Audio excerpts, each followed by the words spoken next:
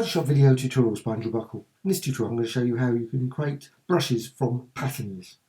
Now, first thing to do, just quickly go over to Layer and New Fill Layer and Pattern. Click OK, and I'm just going to select one of these designs. Now these are contour designs from the Graphic Extras website, but you of course can use any patterns you find on the web or ones you create yourself. Now just going to now click OK, and then just go over here to the mask, and I'm just going to use this brush, but of course you can use any brush, but I'm just going to use 57. I'm just going to go for that and use black and just go around the edges, just so I can just create a more sort of... Now I could actually define the other one. I could actually define the actual pattern as a brush straight away, but I'm not going to do that. I want to create a sort of more edgy sort of design, and just going to cut into there, and I can also put spots in there and apply those. Now you can see I'm using a mouse, I'm not using a pen.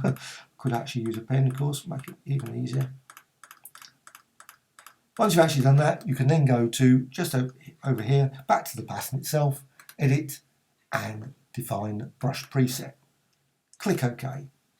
That's it. Of course you can change the pattern. You can just quickly go there and just go to double click it and maybe select a different design and say right click that. And of course you can always go back to the mask, so just click there, go back to that brush there, don't want that size, just want to go around a few more, and you can change it, go back to the pattern itself and edit, define brush preset, click OK.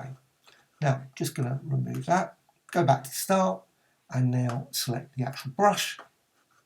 There's the brush there, reduce the size a bit, and you can then apply the brush stroke like that. Very quick and simple way of creating brushes from patterns. Hope you found this of interest. Thank you very much.